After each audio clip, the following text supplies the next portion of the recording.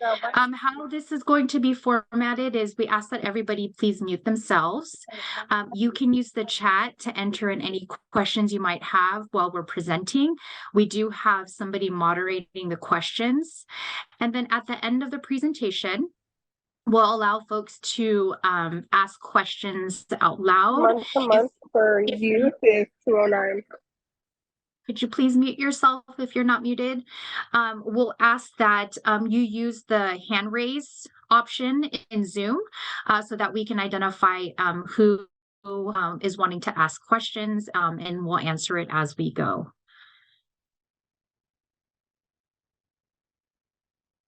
Okay, I wanted to first start off by sort of talking about our mission at Stanford Medicine Children's Health. This is what we base a lot of our residency program around, is providing that extraordinary care, continual learning, and breakthrough discoveries. And as you can see, this is the lobby at our new building of the hospital.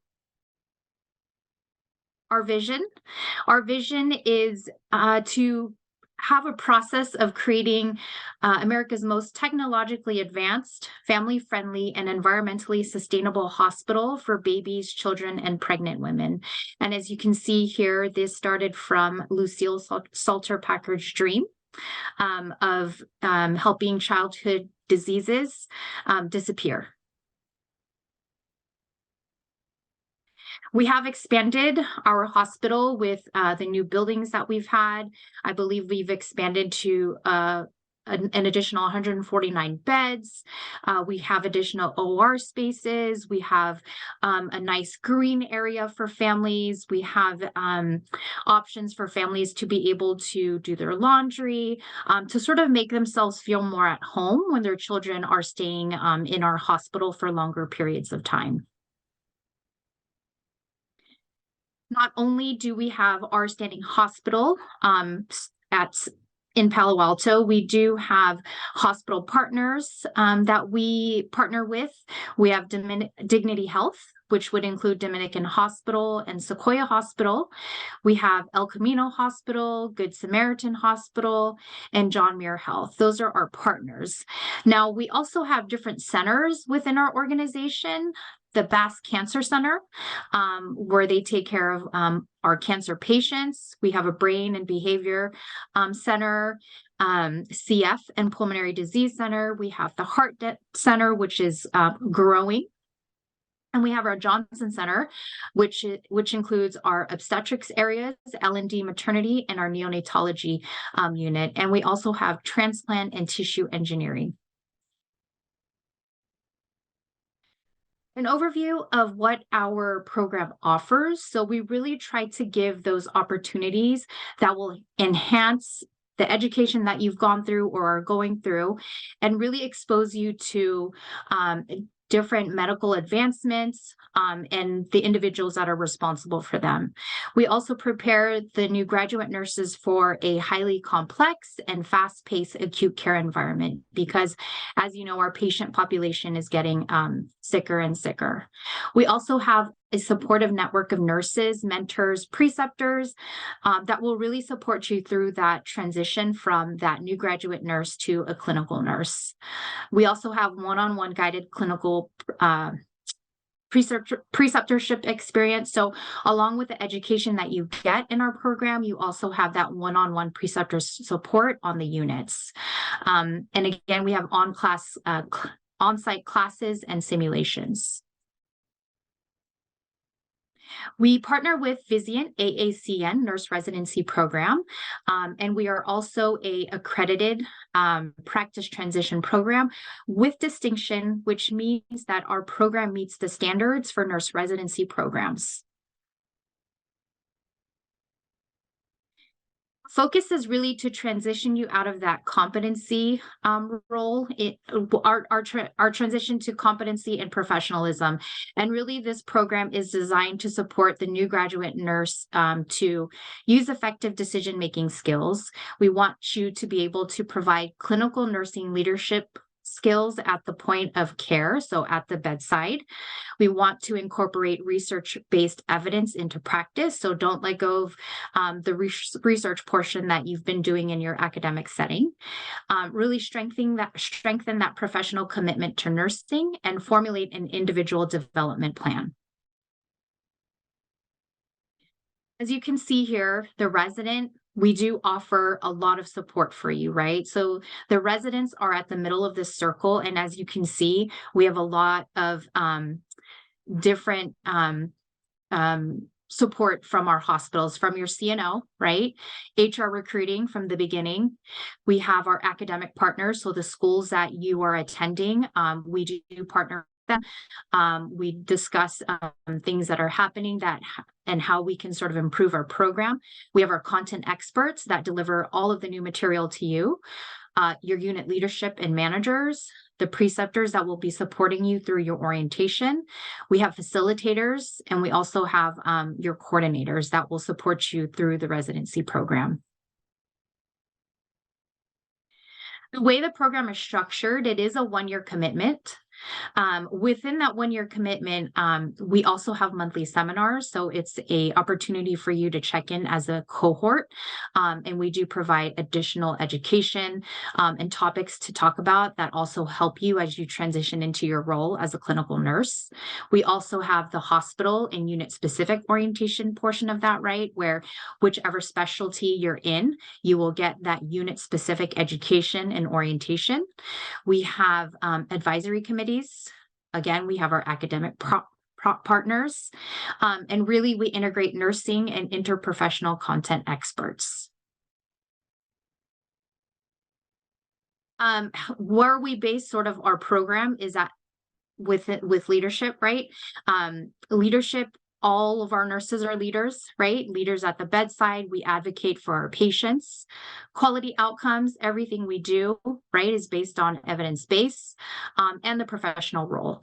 So within this program as well, we do have a evidence-based project that each sort of cohort is grouped into different groups, and they work on individual evidence-based projects together. So again, don't let go of that research that you do in the academic setting. And then we have a graduation. So at the end of your residency, we do have a big graduation where our residents are able to present their EBP projects, their evidence-based projects, to unit leaders. And also we just had a graduation for our fall class where we were able to actually invite families in to celebrate the graduation of the residents.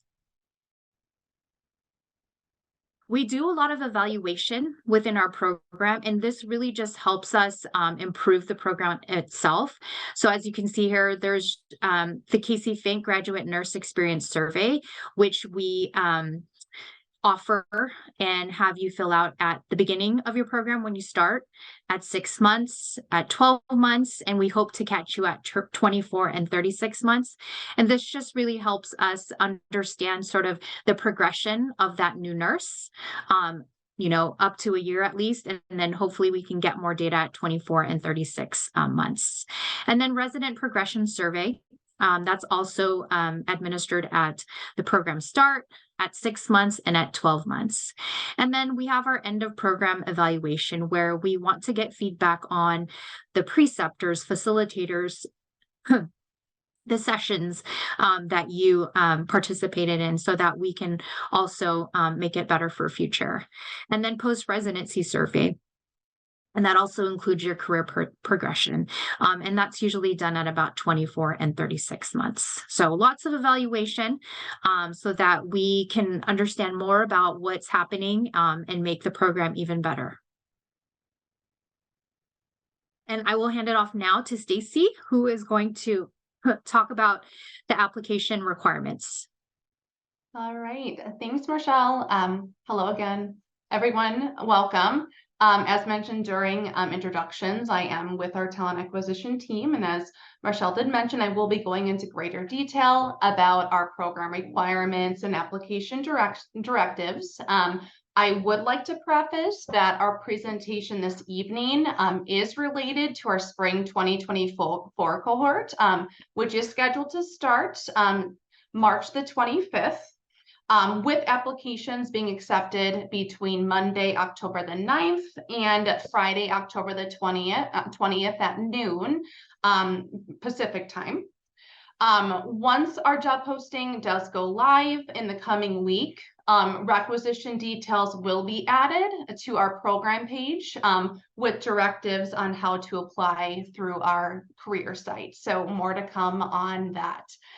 So moving into our program requirements for education, one must be a graduate of a BSN or master's level practice program that is accredited by the NLN or CCNE with a degree conferral date between December the 31st of 2022 and December 31st of 2023. Making note that your degree conferral date is the date at which your college or university issues your nursing degree. So please be mindful of this date when applying for consideration.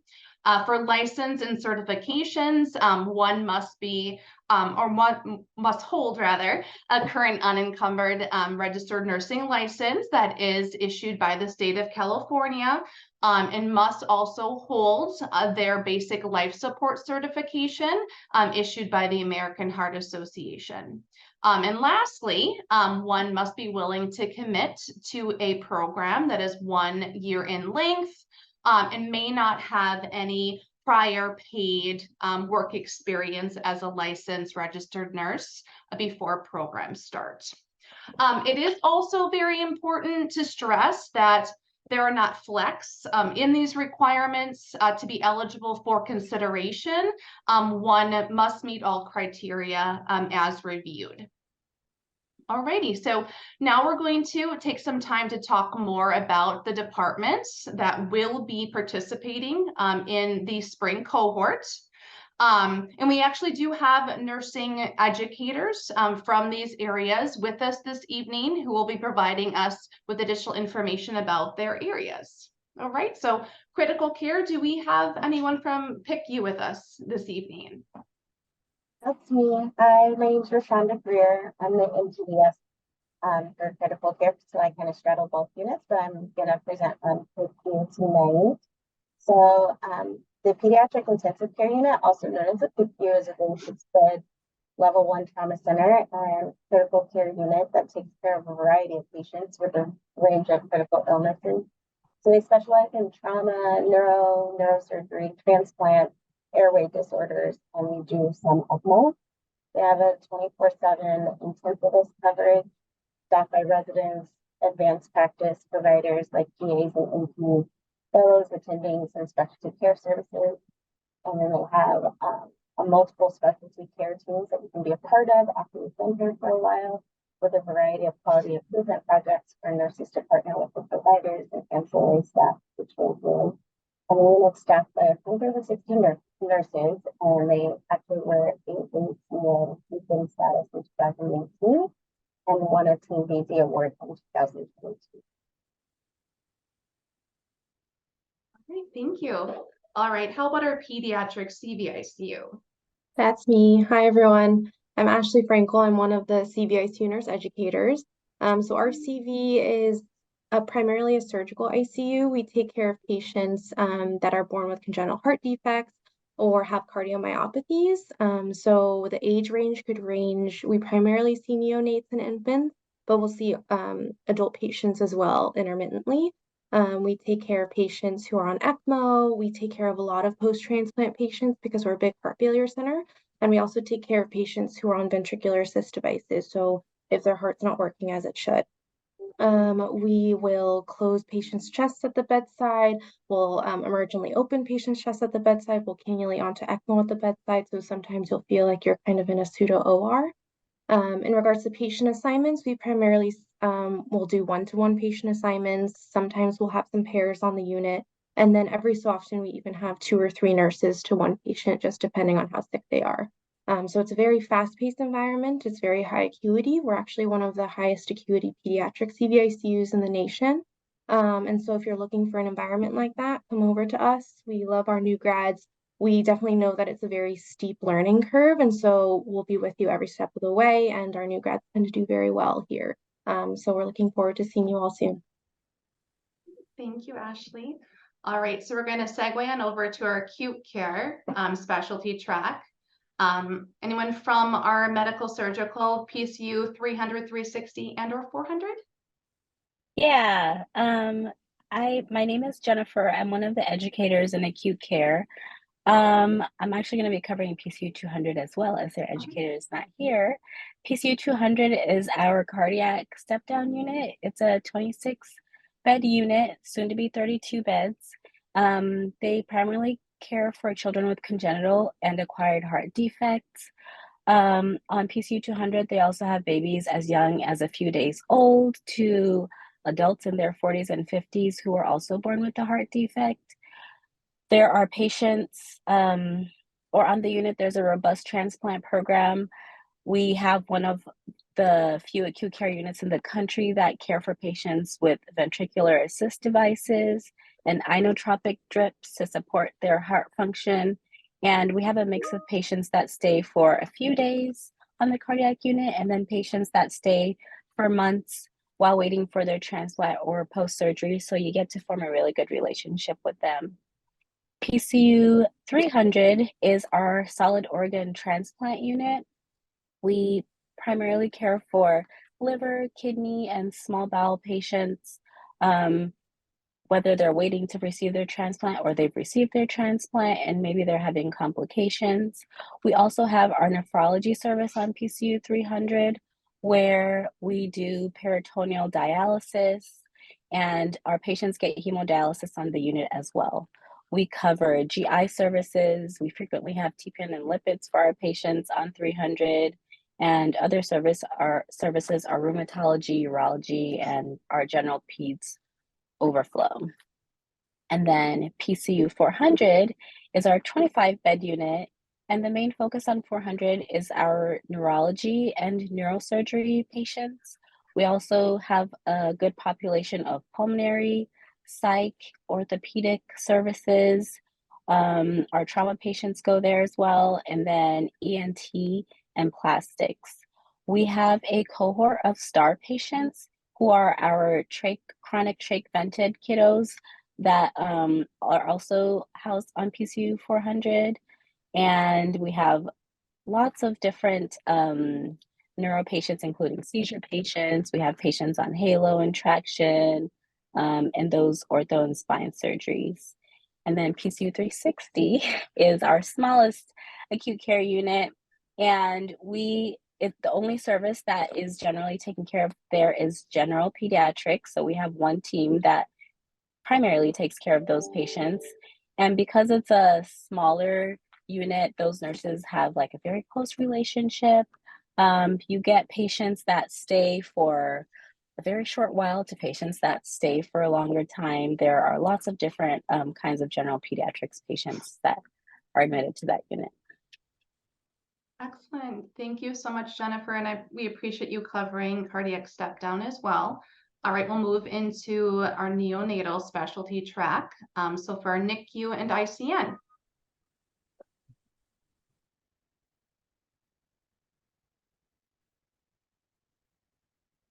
Me unmute. Sorry about that. Hi, my name is Amy Perez-Ortega. I'm the NPDS, one of the NPDSs for the neonatal region. Within the neonatal region, we actually have 3 NICUs. Our first neonatal ICU is a level 4. And basically that unit takes care of our most critical patients. So those are our patients that are the tiniest of our preemies, born at approximately 23 weeks, all the way to our post-term infants that are critically ill. And that can range from any type of birth trauma. We also cover ECMO, patients that are on hypothermia, and we also do take care of patients that are on renodialysis. All of our units are covered 24/7 by attendings, fellows, residents, as well as nurse practitioners. Our intermediate care nursery is a level 2 nursery, and you can kind of think of that almost like a step-down unit.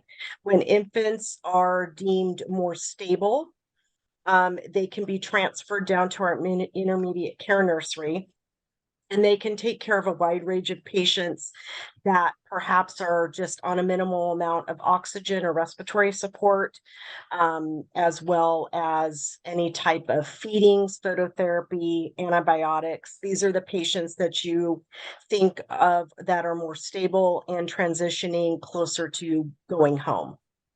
We also do have a level 2 nursery at Sequoia that is within a Dignity hospital. That is a 6-bed unit. So our main NICU is a 40-bed unit. Our ICN is a 30-bed unit, and our Sequoia is our 6-bed unit. And they can take any patient that is born within their facility, but they are capped on, basically they take care of patients that have minimal to no respiratory support. And those are your patients that are looking to transfer more like feeder growers, transferring more closer to stepping out the door. Anything that's more critical that may need any type of specialties would be transferred either to our ICN or our NICU on our main campus. Our NICU nurses throughout all regions are very tight and close-knit. Strong community, strong camaraderie, a lot of teamwork. We're very successful with our RN residents that graduate out of our program. So definitely consider looking into us if you have any inkling to join the NICU team. Very good. Thank you so much, Amy. All right, we'll move into the obstetrics track for L&D and maternity. Alexandra. I am the maternity nurse educator. As Amy was saying, because we take all of these high-risk babies, we also get very high-risk moms. So with our labor and delivery, we get about 400 to 450 deliveries a month and about 5,000 deliveries a year. And then for maternity, we cover postpartum and antepartum patients. We work alongside OBs as well as midwives, and we take care of the well babies doing couplet care. So in maternity, you could take up to 3 to 4 couplets, it's 2 to 4 couplets, depending on acuity. And we love our new grads, and we're looking forward to meeting you guys. Thanks, Alexandra. All right, and last but not least, our surgery center for the operating room.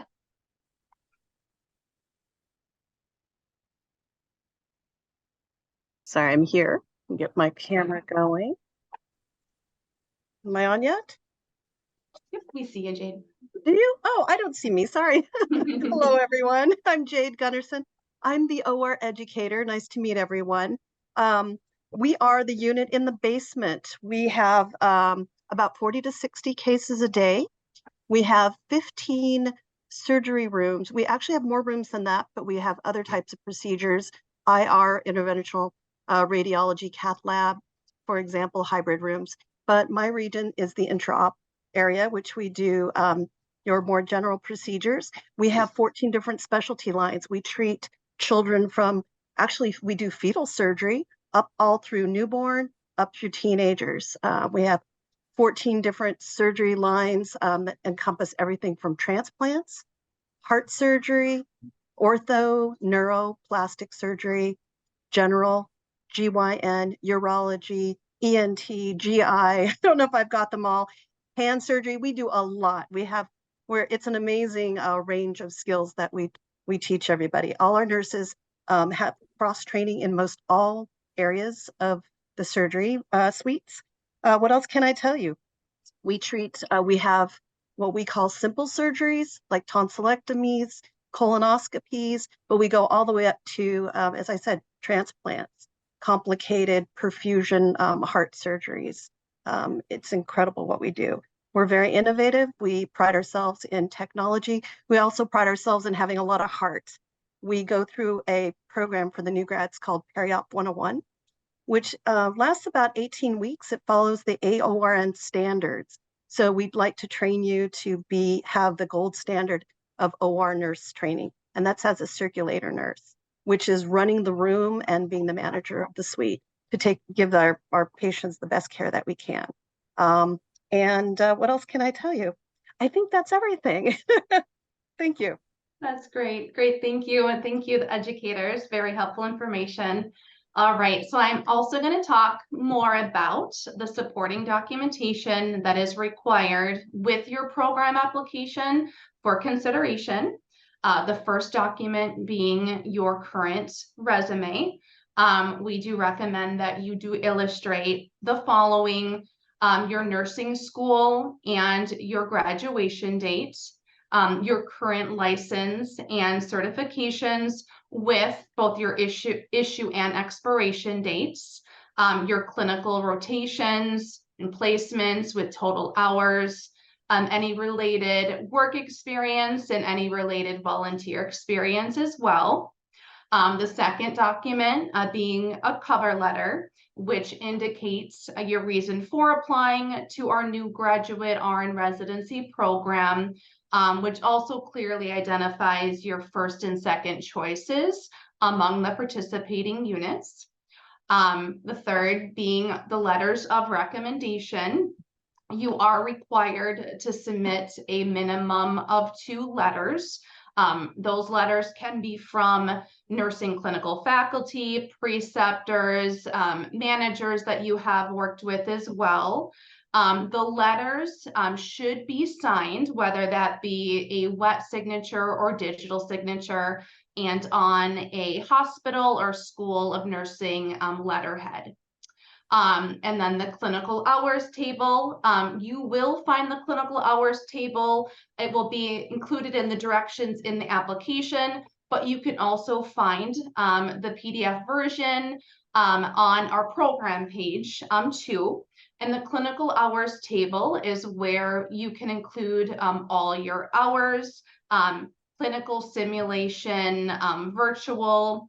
So we will also ask that we will also ask you do still include your clinical hours in your resume, but the clinical hours table will be a standalone document that is required with your program application as well.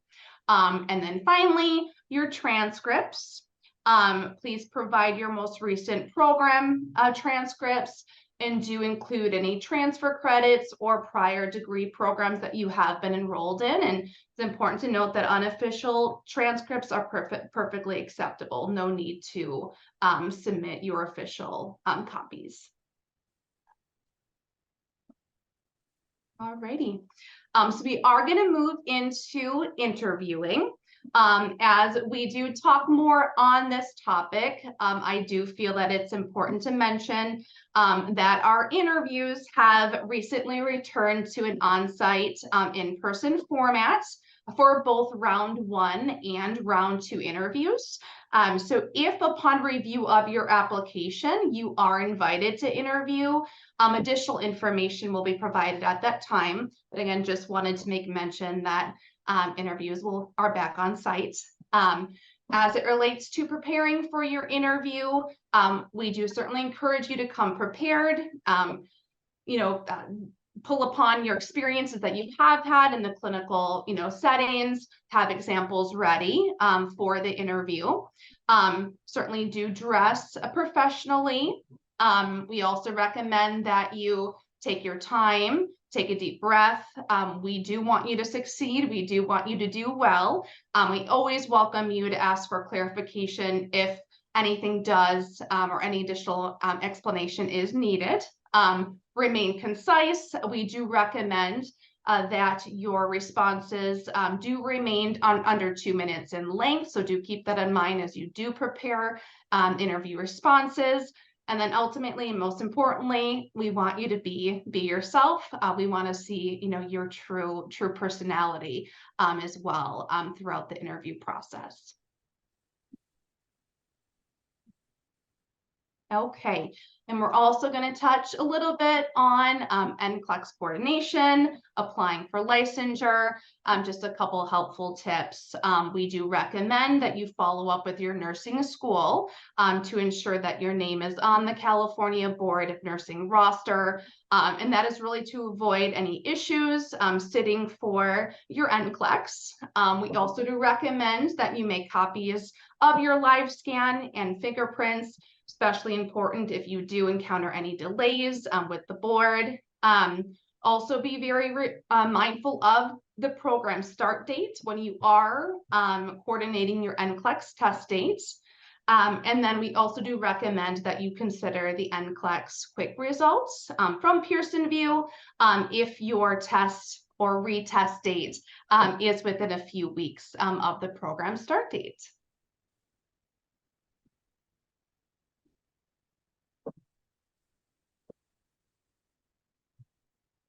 All right, I think we're going to turn it over into our Q&A session.